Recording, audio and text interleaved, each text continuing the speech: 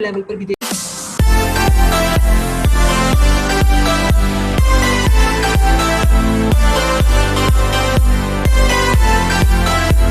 ली हमने।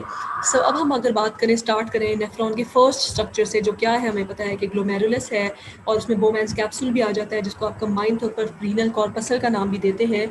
तो यहाँ से बेसिकली ब्लड फ्लो आपको दिखाया गया है कि ग्लोमेरुलस में से एफेरेंट आर्ट्रियोल के थ्रू ब्लड एंटर होता है। यहाँ से फिल्ट्रेशन का प्रोसेस होता है। ये जो फिल्ट्रेट है वो फिल्ट्रेट होकर यहाँ से ब्लड जो है वो फिल्टर होकर कहाँ जा रहा है, प्रॉक्सिमल ट्यूब्यूल में जा रहा है। और यहाँ से जो यहाँ से जब ये ब्लड मूव ज़्यादा रही है, कैपिलरीज हैं, तो ये दोबारा से जब एग्जिट होता है ग्लोमेरुलस में से, तो वो एफेरेंट आर्ट्रियोल के थ्रू होता है। तो अब ग्लोमेरुलस जो है उसके अंदर का जो उसका जो प्रोसेस है, बेसिकली जो उसका प्रिंसिपल फंक्शन है दैट इज़ फिल्ट्रेशन। ठीक है, जो इंपॉर्टेंट फंक्शन परफॉर्म हो रहा होता है ग्लोमेरुलस में, वो फिल्ट्रेशन का प्रोसेस हो रहा होता है।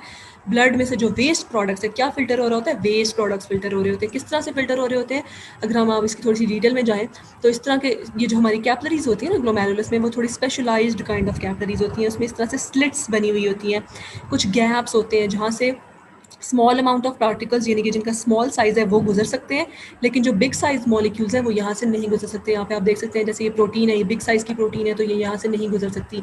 इसके अलावा आरबीसीज हैं, वो भी इन कैपिलरीज में से नहीं गुजर सकते।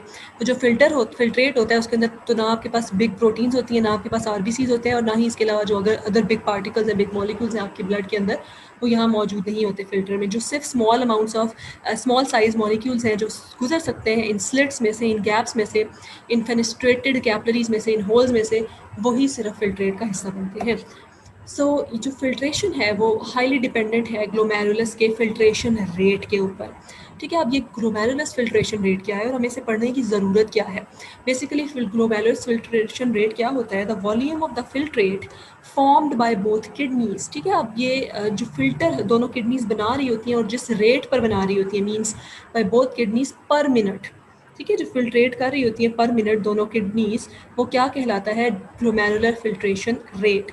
उसमें से जो 99% of this filtrate is return to the circulation by reabsorption. ठीक है, इसमें से आपको पता है कि स्मॉल अमाउंट ऑफ मॉलिक्यूल्स भी गुजर जाते हैं। स्मॉल अमाउंट में ग्लूकोज भी आ सकता है, इसमें यूजफुल आपके पास सब्सटेंसेस भी गुजर जाते हैं उन कैपिलरीज के अंदर से। तो अब 99% जो है वो रीअब्जॉर्प्शन भी हो जाती है उसमें। सो इस हिसाब से अगर हम इस ग्लोमेरुलर फिल्ट्रेशन रेट की बात करें तो इस हिसाब से 1 to 2 लीटर्स ऑफ यूरिन जो है वो ईच डे प्रोड्यूस करती हैं हमारी किडनीज, 1 to 2 लीटर्स। अब मैं बात कर रही थी कि ग्लोमेरुलस फिल्ट्रेशन रेट इतना ज़्यादा इंपॉर्टेंट क्यों है, क्योंकि ये आपकी किडनी की हेल्थ के बारे में बताता है कि आपको कोई किडनी की डिजीज़ तो नहीं है। जितना अच्छा ग्लोमेरुलस फिल्ट्रेशन रेट होगा उतना ही आपकी किडनीज हेल्दी होंगी। ठीक है, अगर तो आपका ग्लोमेरुलस फिल्ट्रेशन रेट जो है वो इट इज़ बिटवीन 60 to 120, तो ये नॉर्मल किडनी का फंक्शन है। अगर आपका इससे अबव एक्सीड कर जाता है, या सॉरी इससे कम हो जाता है, एक्सीड नहीं, इससे कम हो जाता है, अगर 60 से कम हो जाता है तो फिर वो किडनी डिजीज़ की तरफ आपको लेकर जाता है, और उसमें भी डिफरेंट स्टेजेस हैं। अगर ये बिल्कुल बिलो हो जाता है 15 से, तो फिर ये किडनी फेलियर, जो लास्ट स्टेज है वो किडनी फेलियर की तरफ चला जाता है। सही है, तो इसलिए ग्लोमेरुलस का फिल्ट्रेशन रेट जो है वो बहुत ही ज़्यादा इंपॉर्टेंट है आपकी किडनी की हेल्थ के लिए। अब ये जो ग्लोमेरुलस में जो फिल्ट्रेशन हो रही होती है वो बेसिकली किस बेस पे हो रही होती है, जो मैंने आपको स्टार्टिंग में दिखाए कि वो जो मॉलिक्यूल्स मूव कर रहे थे वो कैसे मूव कर रहे थे, वो बेसिकली कुछ फोर्सेस पे डिपेंड करता है। इसी तरह से वो अपनी ओन पर नहीं मूव कर जाते। आपने याद रखना है ये प्रिंसिपल, जब भी चीज़ें मूव करती हैं तो वो हायर कॉन्सेंट्रेशन से हमेशा लोअर कॉन्सेंट्रेशन की तरफ मूव करती हैं, चाहे वो लिक्विड है चाहे वो गैस है, वो हमेशा हायर कॉन्सेंट्रेशन से लोअर कॉन्सेंट्रेशन की तरफ मूव करता है एफर्टलेसली। अब यहाँ पर किस तरह से जो है वो प्रेशर होता है, किस तरह से ये ग्रेडियंट मेंटेन होता है, तो ये बेसिकली काफ़ी सारे प्रेशर्स पर डिपेंड करता है। उसमें से एक हमारे पास हाइड्रोस्टैटिक प्रेशर भी है।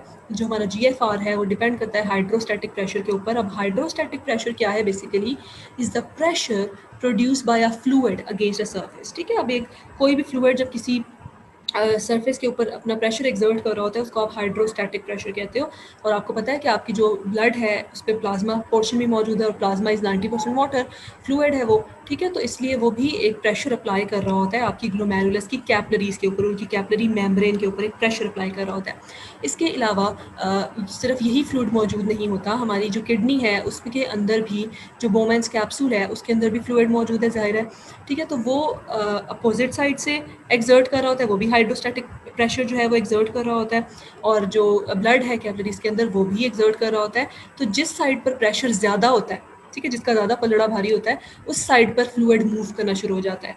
ठीक है, तो अब वो प्रेशर जो है वो चूँकि कैपिलरीज़ के अंदर ज़्यादा होता है, ब्लड के अंदर वो प्रेशर ज़्यादा होता है और जो नेफ्रॉन का स्ट्रक्चर है बोमेन्स कैप्सूल, उसके अंदर वो प्रेशर कम होता है, तो इस वजह से फ्लूइड जो होता है वो मूव करता है from the capillaries into the Bowman's capsule, उसको जिसको आप क्या कहते हो, वो फिल्ट्रेशन कहते हो। ठीक है, यहाँ पर आप इजीली इसको अंडरस्टैंड कर सकते हो कि ये ग्लोमेरुलर हमारे पास कैप्सूल है और इसमें ब्लड का जो है वो हाइड्रोस्टैटिक प्रेशर है, और ब्लड का हाइड्रोस्टैटिक प्रेशर कहाँ पर एग्जर्ट हो रहा है, जाहिर है कैपिलरीज के अंदर ब्लड मौजूद है, तो ये 55 मिलीमीटर ऑफ मर्करी का प्रेशर, हाइड्रोस्टैटिक प्रेशर जो फ्लूइड मौजूद है ब्लड के अंदर, वो उस पर अप्लाई कर रहा होता है कैपिलरी की वॉल्स के ऊपर या उसकी मेम्ब्रेन के ऊपर।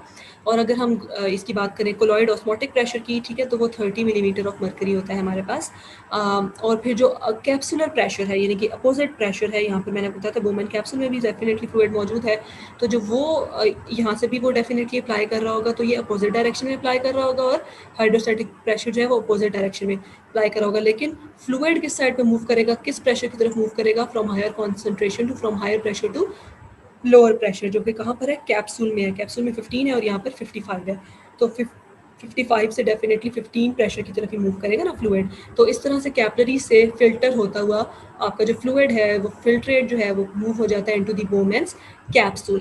ठीक है, और यहाँ पर नेट जो आउटवर्ड प्रेशर बनता है, बेसिकली वो प्रेशर यहाँ पर जो बनता है बोमेन्स कैप्सूल में, फिर वो 10 मिलीमीटर ऑफ मर्करी बन जाता है। तो इस तरह से ग्लोमेरुलस जो है वो फिल्ट्रेशन का प्रोसेस करता है।